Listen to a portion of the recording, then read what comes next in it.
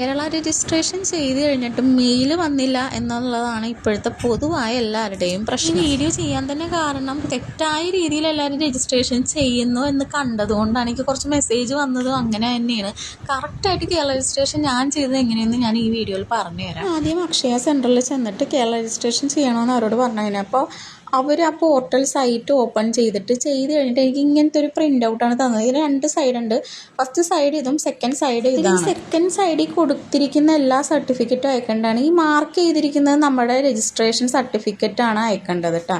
1000 രൂപയാണ് ഞാൻ അക്ഷയയിൽ രജിസ്ട്രേഷന് വേണ്ടിയിട്ട് ഓൺലൈനായിട്ട് പേയ്മെൻറ്റ് ചെയ്തത്. അല്ലാണ്ട് ഒരു 200 സംതിങ് അക്ഷയയിലെ ആൾക്കാർക്ക് ഞാൻ കൊടുത്തായിരുന്നു. ബാക്കി കൊടുത്തിരിക്കുന്ന സർട്ടിഫിക്കറ്റ്സിൻ്റെയൊക്കെ കോപ്പീസാണ് നമ്മൾ അയക്കേണ്ടത്. ഒറിജിനൽ ഒരിക്കലും അയക്കരുത്. അത് അടുത്ത മെയിൽ വന്ന ശേഷമാണ് അയക്കേണ്ടത്.